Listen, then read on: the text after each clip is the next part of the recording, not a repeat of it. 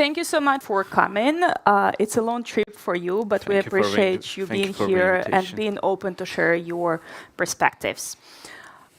The theme of the conference today is Taming the Storm, and Armenia definitely has been in the center of rather strong storms over the past couple of years. There seems to be a change in foreign policy of Armenia. What we see from here is that Armenia is increasingly trying to pivot away from Russia. Definitely, there seems to be a feeling that the relations with Russia did not work out, and there seems to be a stronger pivot towards the Western countries and desire of Armenia to develop other partnerships, both in terms of security, but also economy. We see that in terms of Russia, Armenia already said that you are suspending your membership in the Collective Security Treaty Organization. You already, for example, removed the Russian border guards from the airport in Armenia. And on the other hand, we see statements from Armenian officials that there is desire to move much faster and much closer towards the European Union. Can you share a little bit of your thinking on this change and which way you would like to go? Well, first let me say that I think that we are still in a storm, which makes us work harder to diversify our international relations and the foreign policy of Armenia. And if I try to sum up in one word what Armenia is doing and what is the foreign policy of Armenia right now, it's to diversify, aiming to protect the sovereignty, international borders of Armenia, but what is also not less important, the democracy of Armenia. The history of starting from our independence shows that dependence on one party brought us to a situation that we had to face during the last couple of years. And I mean from security point of view, from economic point of view, from different dimensions and aspects. And now we are eager to deepen our relations with different partners, starting from European Union and United States to India and Middle East. Of course, the value-based cooperation is one of the priorities for us, and that's why the cooperation with European Union and the United States has crucial importance. And this is not only the belief and priority for the government of Armenia, but also this is a bottom-up approach, because the people of Armenia, our citizens, have European aspirations, and the government of Armenia is there to realize these aspirations. Thank you so much for that. Let's unpack it piece by piece. When we're talking about the European Union, what is the level of your ambition? What would it mean in practice? What you are trying to achieve, and what you think is the European Union ready to offer to you in the foreseeable future? Thank you for the question.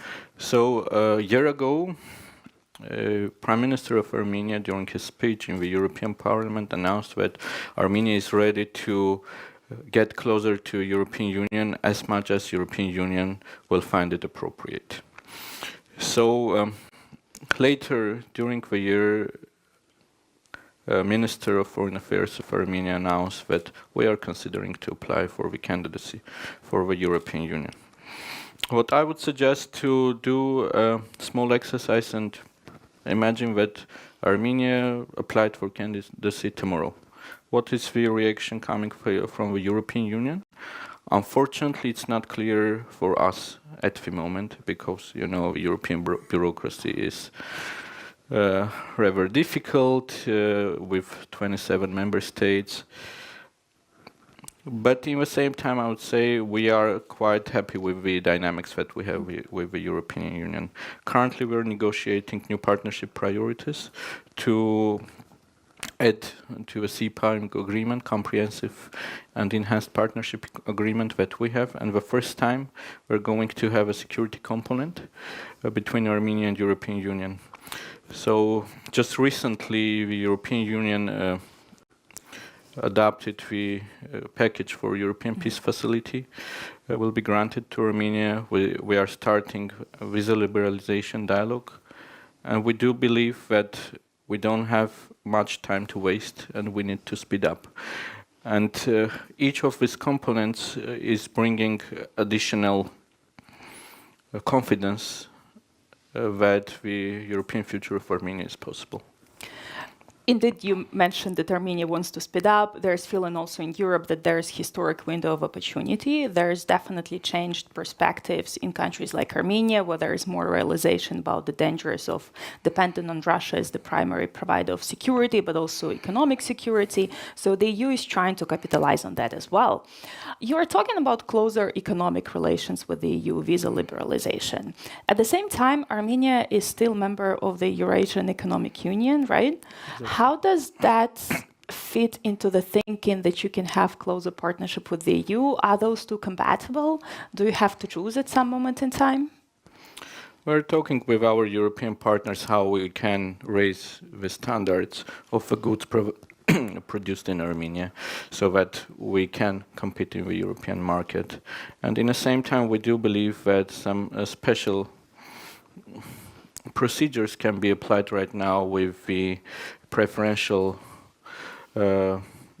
tax mechanism provided to Armenia so that we can enter the European market. We used to have this GSP Plus system previously, but unfortunately it's not working right now. But we are working with the European partners to diversify not only the foreign policy of Armenia, but also the economy of Armenia. It's not an easy job to do, and it's not possible to do in one day, because we have a free market in Armenia, and it's difficult to change the habits of our business community and to change the markets that they used to work in one night. But we are working on this very closely with our European partners and also with our American partners. An April 5 summit between Armenia, United States and EU, which happened in Brussels, and this was an extraordinary event for us. It has a very big highlight on the economy and raising the economic resilience of Armenia and helping Armenia to direct its export to new markets. There is a question that we have from the participants, and it's about whether your shift towards the West represents a 180-degree shift in foreign policy. And probably to elaborate a bit more on this question, how far are you ready to break away from Russia?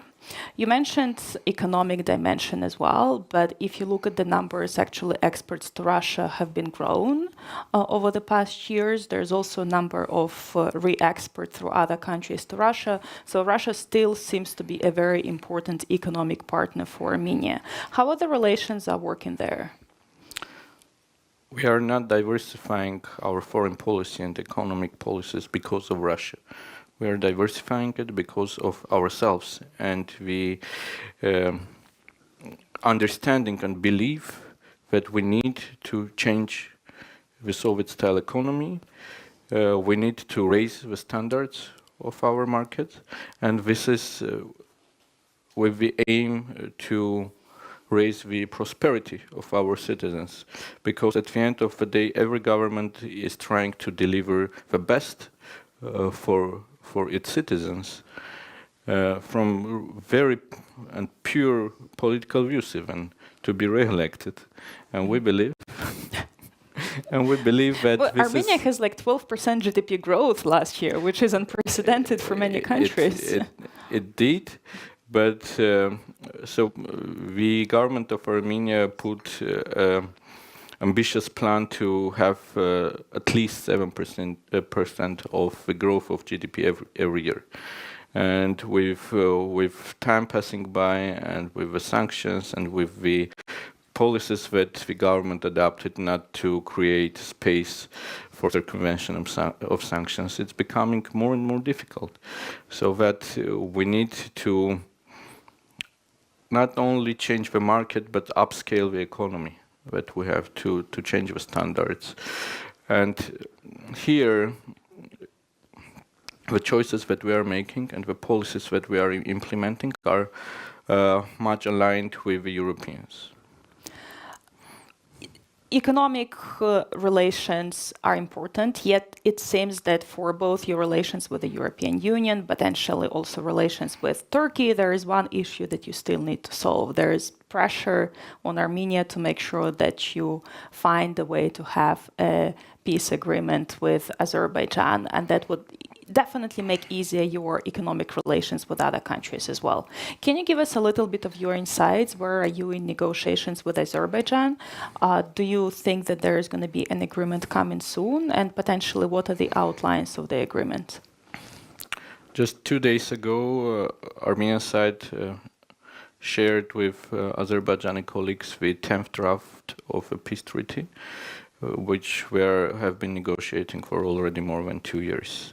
And we were always sincere in our statement saying that Armenia is really interested in peace in the region and is ready to close the cycle of violence in our region. We do believe that it is possible to conclude the peace treaty and sign it till November, basically till COP29. And here probably I should remind the August audience that Armenia supported the Azerbaijani candidacy for COP29, and that was a confidence-building measure. So now what we did, we have almost agreed, 95% agreed text for the peace treaty. And if there is sincere political win on Azerbaijani side as well, we do think that this is realistic to finalize the peace treaty. And our dimensions, which are not less important, it's the opening of communications in the region. And being a landlocked country, we are the ones who are really interested in the opening of communications, because we believe that not only Armenia, but South Caucasus in general could play a very important role taking into account the changes of logistical chains and maps in the world. And the government of Armenia introduced an initiative called Crossroads of Peace, suggesting our neighbors to open the communications based on the sovereignty and jurisdiction of the states and based on the principles of reciprocity and equality. We are ready to relaunch and reestablish the railway communication with Azerbaijan, but also with Turkey. And with Turkey, we used to have this railway communication before the 90s, which was very important. And today, the significance of these communications are getting more and more important. And we also suggested to simplify the border crossing procedures for the goods, understanding that for the logistics, the time is the key, how much time these goods are spending on the border, on the roads, etc., etc. So we do believe that the proposal that we made to our counterparts is realistic, and this is beneficial for us, for everybody. And what's the timeline for that? When do you think that could happen? We are ready for this. Once we have formal response from our counterparts, we can start the execution. Fortunately, we already reached an agreement with our Turkish counterparts to start at least the feasibility study of the railway which used to work, to understand what are the conditions, what needs to be done if there is a political decision by them to reestablish this communication. So we want to be ready for this. Also, we had an agreement with Turkish side 2 years ago to open the land border, which is closed since 90s, for third country citizens. And Armenian side did its homework. We are ready to open the communications. We developed all the infrastructures necessary. And again, here we need a decision from our counterparts.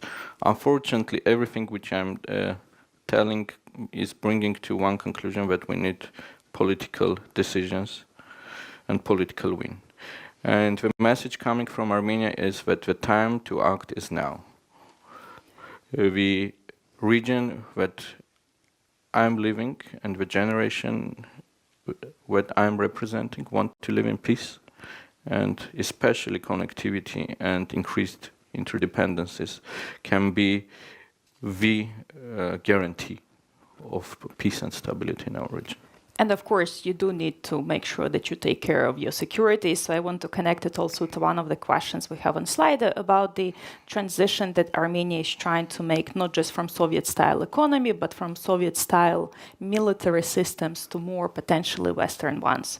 Of course, you are now moving away from maybe illusions that Russia is going to provide any security guarantees for you or help Armenia with security issues.